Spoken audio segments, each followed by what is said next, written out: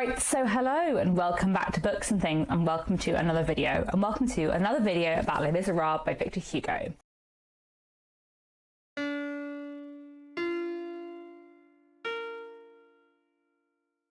So I'm currently hosting a read-along of Les Misérables by Victor Hugo, and I am making videos as I go.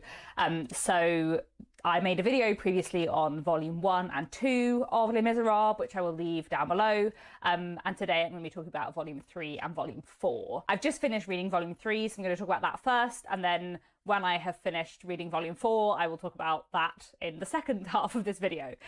This video will have spoilers in the first part for volume 3 and the second part for volume 3 and 4, and obviously for volume 1 and 2. So if you haven't read Les Misérables, you probably don't want to watch this.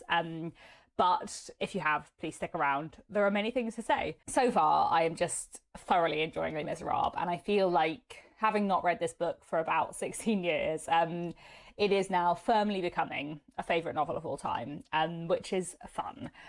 And I think it's magnificent. Volume 3, Marius, was really good, had a lot of fantastic sections in.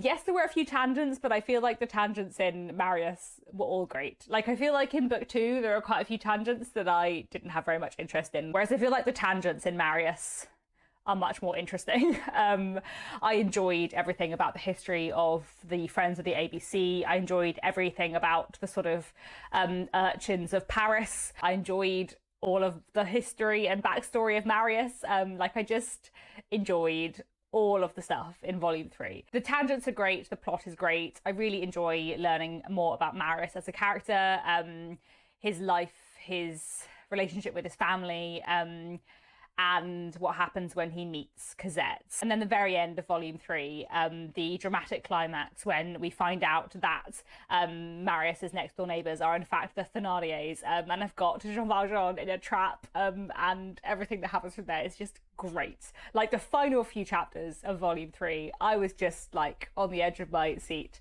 It was so tense, and so well done, and I loved it a lot.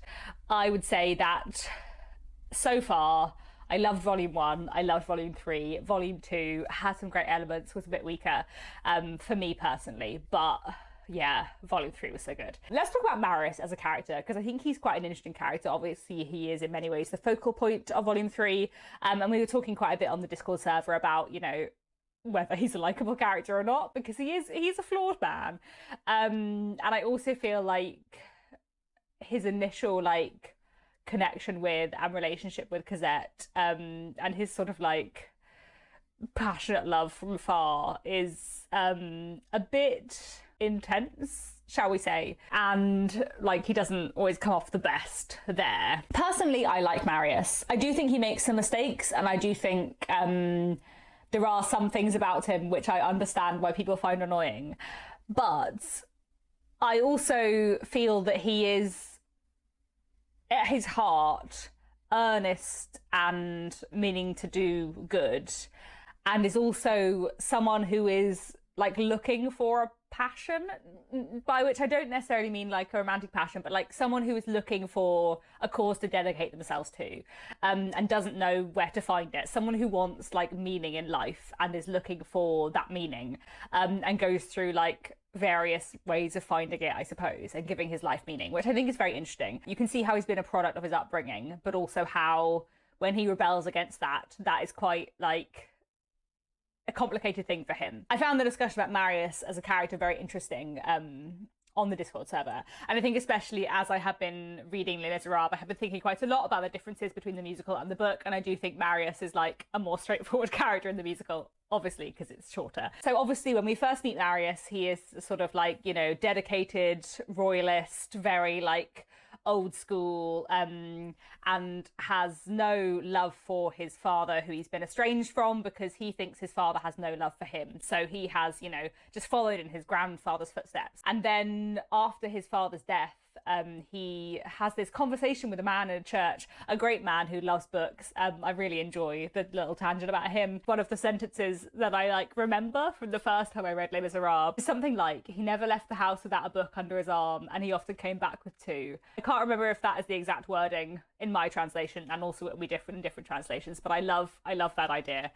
Anyway, Marius has a conversation with this man in church, and finds out from this man that every Sunday as a child, when he came to church, his father came to see him there because his father loved him, and had given him up so that he could inherit from his wealthy grandfather. And this knowledge completely cracks Marius's life, really, because the father he always believed had no interest in him actually loved him, and also the grandfather who he always believed was, you know, raising him in his best interests, actually separated him from his father against his father's will, or at least sort of, you know, made his father give him up on the threat of disinheriting Marius, which must, you know, completely change the way he feels about his grandfather. And suddenly Marius becomes devoted to his father and finds out everything he can about his father, and, you know, has a complete reversal in his political opinions because he now worships his father and takes all of his father's opinions and becomes a dedicated Bonapartist. And yes, you can see the extremeness with which he swaps all his views, and Victor Hugo comments on that, how, you know, he sort of goes too far the other way.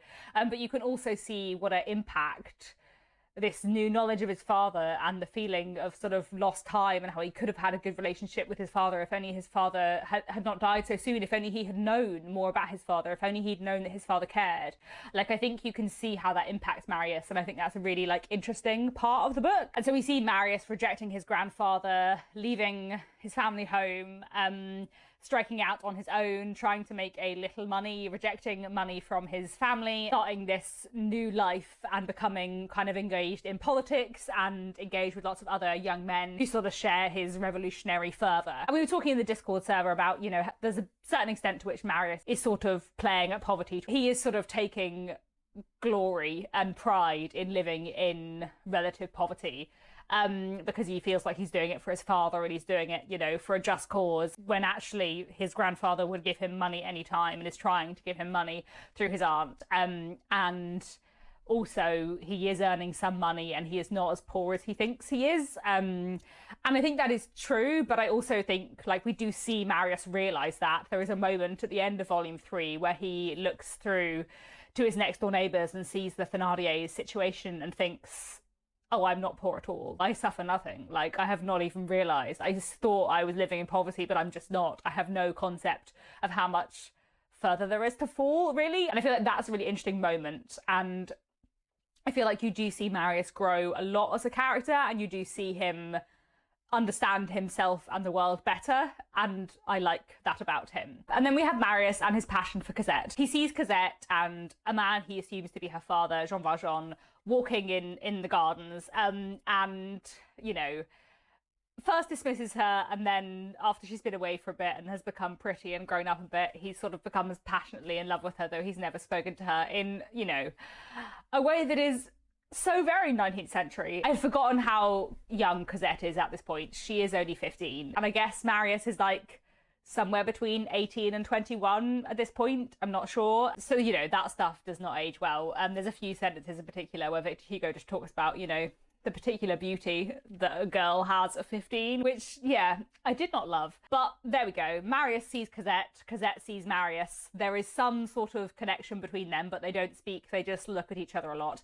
It's interesting, I had remembered that Marius spends a lot of time staring at Cosette in the park before they ever talk, but I had kind of forgotten that she also spends quite a lot of time staring at him. You know, makes it slightly better, I suppose. I think Marius's sort of passion from afar, for Cosette, is quite an interesting element of the book, because on the one hand, like, that is something about him that feels a bit dislikable. It is to a certain extent creepy, although, as I said, she does also spend quite a lot of time looking back at him, so maybe it's a bit less creepy than I had remembered it being. But I think there are elements of his sort of grand passion, and also how, like, melodramatic he is about his passion, that I think are a bit annoying. But I also think Victor Hugo wants you to laugh at Marius for his grand passion. You know, there's that really hilarious chapter where Marius is like going into raptures over Cosette's handkerchief, and it's actually Jean Valjean's. He's actually picked up her dad's handkerchief and it's like, it smells so beautiful, and I think that's just hilarious. And there's also a few great bits, you know, Marius sort of stops eating because he's so desperately in love,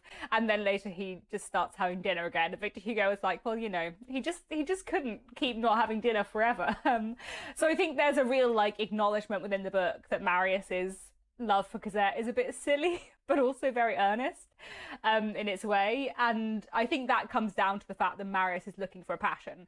Like, he needs something to love and dedicate his life to. He needs meaning, and he needs to find that meaning outside of himself. That's the kind of person he is. And first he finds it in his father, and then he finds it in politics, and then he finds it in Cosette. I think that's quite like an interesting element in his character, and very believable, especially considering how young he is. So I sort of forgive Marius for his silliness. And I find him a bit sort of like, yeah, clueless and sweet, but quite an interesting character to follow. And I'm looking forward to continuing to follow him in Volume 4. One thing I really love about Les Misérables, which I feel like I didn't speak about very much in the first video, is how we kind of see Jean Valjean from so many different angles. Like, I think actually there are 5 volumes of Les Misérables. The first one is called Fantine, the second one is called Cosette, the third one is called Marius, the fourth one, I've forgotten what it's called, but it's a place name, and then the fifth one is called Jean Valjean. And the book is about Jean Valjean, like, it's his story, but we see him from lots of different angles and lots of different characters' perspectives. And obviously we often see him from his own perspective, we often follow him directly, but we don't really follow him directly at all in Volume 3. We're always seeing him from the outside. And there are so many bits in the book in which we're seeing him from the outside, and I think that's fascinating. And it's also fun because he turns up all the time, and Victor Hugo's like, look, it's Jean Valjean, he's got white hair, you know it's him, and then calls him by a different name. And I just think that's really fun. The moment Jean Valjean and Cosette appear, we know it's them. But we also have, of course, more recurring characters from earlier in the book. We have the Thénardiers living next door to Marius, but it's less immediately clear that it's them. We were talking about this on the Discord server, because obviously having read the book before, I know it's them. And also I think first time I read the book, even knowing the musical, I probably, like, I was expecting the Thénardiers to turn up again. So maybe I guessed. I don't remember, to be honest. It was such a long time ago.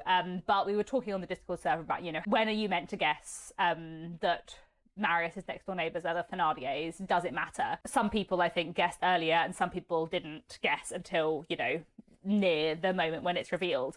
But I do think it's really fun how the characters turn up again at various points in Jean Valjean's life. And that is actually very Dickensian as well. I think I was speaking about this in the last video, how Les Misérables is quite Dickensian in a way. And I definitely find the sort of like, yeah, character shows up at one point in your life and then shows up again. That's very Dickensian, and I really like that. And I think the role of the Thénardiers in book 3 is very, very interesting. And it's very interesting to see them in very different circumstances, because, you know, Madame and Monsieur Thénardier are horrible people in every way, but also they are living in extreme poverty. They are really struggling.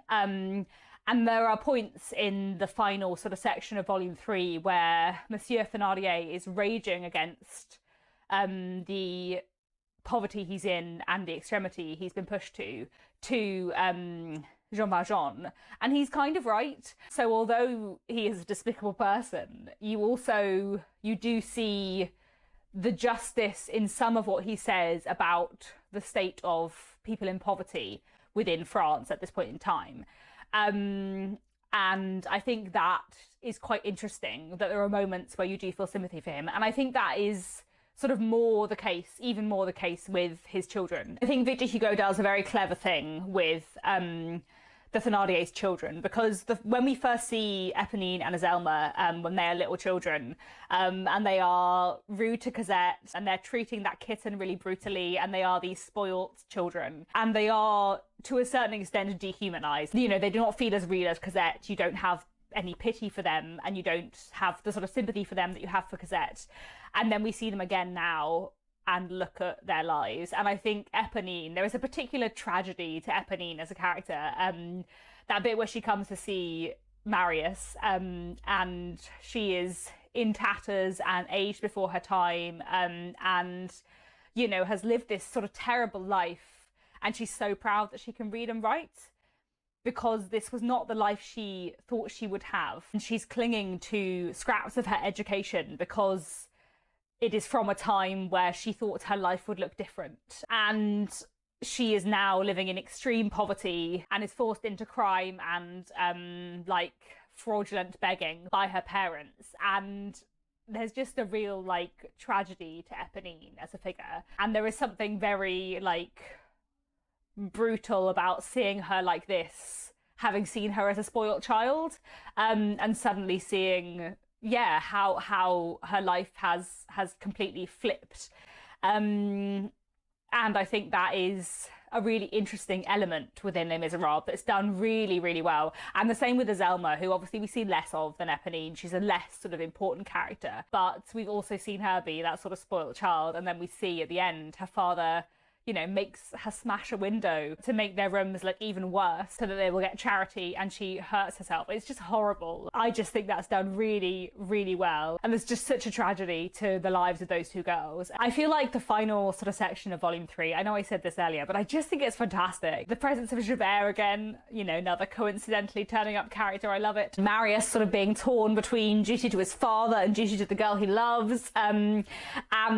you know, the showdown between Thénardier and Jean Valjean, and Jean Valjean just being his like amazingly tough, strong self, fighting off everybody and putting a poker to his arm to show that he is brave and not afraid of anyone, which is pretty grim. I think I had forgotten like quite how, for want of a better word, badass Jean Valjean is in the book. And that, final climax of Volume 3 is just magnificent. So generally, Volume 3 is amazing, is what I have to say. I loved it very, very much. Looking forward to reading on to Volume 4.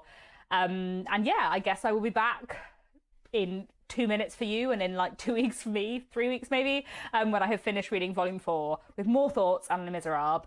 But so far, what a book it is. What a book. Hello again, I'm back and I'm here to talk about Book 4 of Les Misérables. Again, there will be spoilers for Book 4, though not for Book 5, which I am looking forward to reading very soon. I do kind of feel, now that I've finished Book 4, that I should have made a clip for this video halfway through Book 4, because Book 4 is very long and actually there is quite like a clear midway point. And maybe that would have been a better way to split those videos, but I haven't done that now, and I feel like now that I've read all of Book 4, I would rather talk about it all in one go, and then the next Les Misérables video I do will be about Book 5 and my overall thoughts, and then after that I will do a video comparing the book to the musical at some point, which I think will be fun. But yes, I really enjoyed Book 4 of Les Misérables, as I have been enjoying all of Les Misérables so far. There are lots of really interesting things going on in Book 4, and I actually feel like it's interesting that Book 4 is a concrete book, not split into two, or even just like split in a different place. Like, in a way, for me, Book 4 falls comfortably into two halves. We have the half that is sort of focused on Marius and Cosette's relationship, and then we have the half that is focused on the uprising. And obviously we end Book 4 sort of partway through the uprising, not knowing what is going to happen next. I always think it's interesting when you reread a book, especially a book you haven't read for a long time. You always have a sort of idea in your head of how the book is paced, which is not necessarily actually how the book is paced. It's the bits you remember the most. So in Volume 4, as I said, I think the main sort of focuses are Marius and Cosette's relationship, and then the uprising, and kind of interweave with that, we have the stories of Gavroche and Éponine. Éponine is the best. What a character. Okay, where shall I begin? Let's talk about Marius and Cosette for a bit. Yeah, I enjoy their love story, but I also find it very ridiculous. I find their relationship to be very melodramatic and over the top, but I feel like you are kind of meant to think that, and I feel like it's sort of so melodramatic in some ways that it becomes quite endearing. Very much the way Victor Hugo portrays them is sort of like they are two children playing at love. They are both sort of two innocents, I suppose, is how Victor Hugo is portraying them in many ways. They basically spend a lot of time talking about how in love with each other they are, rather than like talking about their lives at all, which I do feel makes their love feel quite like a game to them, I suppose. But it isn't a game to them. They're both deadly serious about it. You know, when Marius learns that Cosette is leaving for England and thinks that she is left without leaving him word, he just decides that he's gonna go and ensure he gets killed on the barricades. And I think Victor Hugo characterises their relationship so well that I really believe how deeply they feel even though their love is a little bit comical in places. And I think Victor Hugo kind of balances that quite well, that we from the outside may look at them and think that they are slightly silly, but they feel so deeply that they obviously aren't. And I think they're also quite an interesting relationship for two people who are both lonely and who are looking for something, and that something can be each other. Marius has, I think I spoke about this in the first half of this video, I guess, whenever I filmed that. Yes, Marius has been looking for something to devote his life to, and it was his father, and it was the revolution, and now it's Cosette. And Cosette has lived this very sort of sheltered life with Jean Valjean, and she is looking for more, and she is growing up and looking for a way to explore the fact she's growing up. And so Marius and Cosette kind of find each other and suit each other.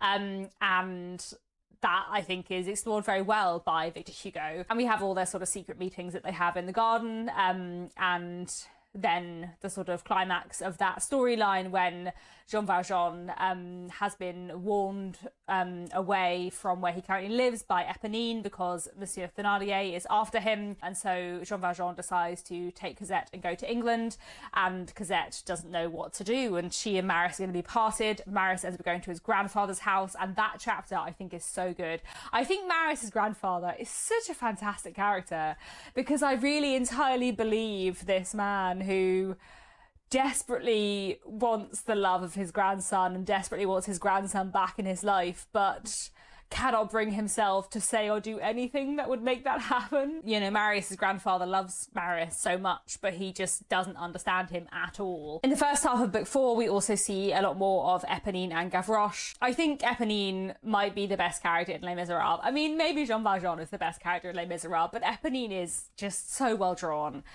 And I love the role she plays in book 4. I probably will just talk about her in the whole of book 4, so maybe this was a good reason to talk about it as one. Maybe in a way the reason why book 4 ends when it does is because it ends after Éponine's death. Maybe book 4 should be called Éponine. It's interesting actually that book 4 is not called a character name, though all the rest are. Anyway, Éponine is a really interesting character, and I think her unrequited love for Marius and the complexities within it is so interestingly drawn, because we see that she desperately wants Marius's attention, but knows she doesn't have it, and knows the only way she can get it is through helping him to meet Cosette, which is not what she wants because she wants him, but also the only way she can get him to smile and to be grateful to her is by giving him something that she really doesn't want him to have. So she gives him Cosette's address and she leads him to Cosette, and she knows that she has helped them be together,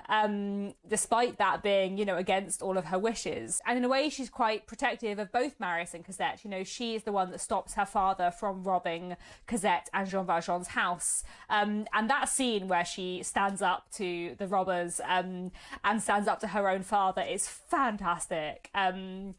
Such a moment of bravery and anger and sort of like recklessness that just, I think, is incredibly drawn. It reminds me actually of the scene in book 3 where Jean Valjean stands up to Thénardier and his gang, I guess, for want of a better word, and hurts himself with the poker to prove that he's not afraid of them. And I feel like Éponine standing there in front of all of these men and saying, "No, I will not let you pass." It's just great. It's just one of those like just standout moments in Les Misérables that I think is so fantastic. And in that sense, she protects Cosette. Then when Cosette gives her a letter to take to Marius, she doesn't deliver it immediately, and she makes sure that Marius goes to the barricade, knowing that Marius is likely to die there. And she too goes to the barricades, knowing that she is likely to die there. She says to Marius that she has made sure that he will go there so that they will die together. And that is so messed up in so many ways, but it is so believably written about in the book.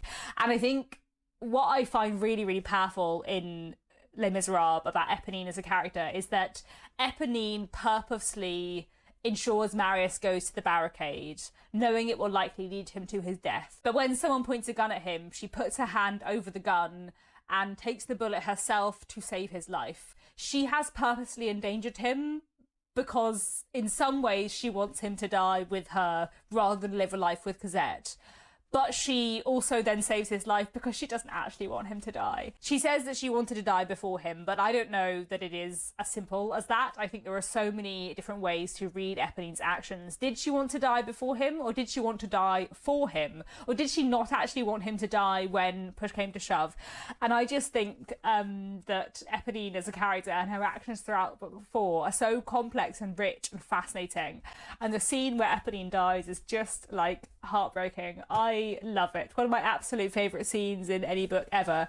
I was looking back at it in my copy of Les Misérables, which I first read as a teenager. So I'm listening to the audiobook now, but this is the copy I read many years ago. And I realised I had folded back, I had dog-eared the page of Éponine's death all those years ago because I just thought it was so amazing. And I remember bits of Les Misérables from my first read, like, really vividly, and some bits I just don't remember at all. And one bit I remembered really vividly, word for word, was Éponine's death. "You know, Monsieur Marius, I think I was a little bit in love with you. She tried to smile and died." Éponine is just, what a character, what a character. It's great. Okay, so we spoke about Éponine. Should we speak about Gavroche next? Because Gavroche also has quite an important role in book 4, and we see quite a lot more of him, and I find him a really interesting character. We obviously have the interesting sequence where he takes in these two twins who turn out to be his brothers, but he doesn't know that, and he is looking out for them and takes them to his elephant in the grounds of the Bastille. This is the place that he lives. This is the only place that he can call a home, and he sleeps with netting over him to keep out the rats. And it's so grim, but also you see him trying to make as much of a home as it as possible, and you see how kind Gavroche is. I think Gavroche is such a powerful character because here is a little boy who has absolutely nothing and gives away as much as he can of his nothing. He gives his shawl to that little girl. He looks after the two children that he finds on the street, and he wants to go to the barricades because he wants to be a hero. I also love Gavroche's slang and the way Gavroche talks. There's a big tangent in book 4 about slang, which I just really, really enjoyed. Sometimes Victor Hugo's tangents are less exciting, but the tangent about slang I thought was fascinating. And I really enjoy all of Gavroche's slang, and when he's correcting the two little boys and saying, "No, you don't say this, you say that." I was thinking as I listened to it that translating the slang passages must have been really hard. Where are there equivalences and where aren't there equivalences between slang in French and slang in English? You know, it's one thing to translate a regular paragraph, but to translate dialogue where the dialogue itself and the word choice is telling you like so much about the characters and their backgrounds, like that must be really hard. But yeah, I really enjoy Gavroche as a character, and his sort of his bravery and his kindness, because why wouldn't he try anything? Why wouldn't he give anything away? Why wouldn't he go boldly about the world? Because what does he have to lose? I find that sort of so deeply heartbreaking. And I think, you know, obviously there's a lot of social criticism throughout Les Misérables, but I feel like some of the sharpest social criticism is in the character of Gavroche, because his life is so bare and yet he tries so hard and is so cheerful, and like,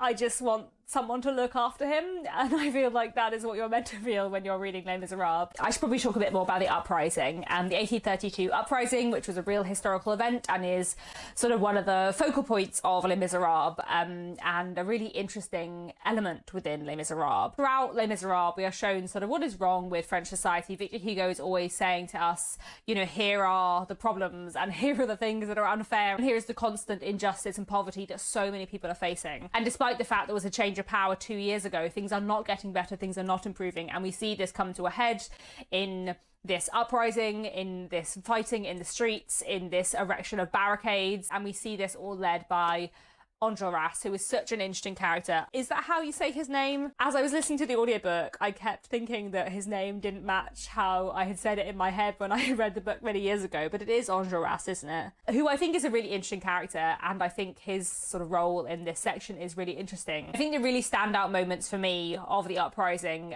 or what we see of the uprising in book 4, one is when one of the other men involved in the uprising shoots an innocent civilian for not letting them into into his house, and Enjolras shoots the man who committed that crime because he says we cannot have murderers amongst us. We have to have principles, and we have to have morals, and we have to not break them, and if people break them, they must go. And I think that moment is really striking and really tells you so much about Enjolras as a character, as well as sort of what the movement are trying to achieve. And then I think the other sort of moment that stands out so much to me is the death of Monsieur Leboeuf. Monsieur Leboeuf is such a interesting character, I think, and his sort of decline into poverty and his despair and his losing everything that he values in life and in the world is just absolutely heart-wrenching. As he slowly sells all of his books and slowly sells all his possessions and is reduced to nothingness, you see him losing faith in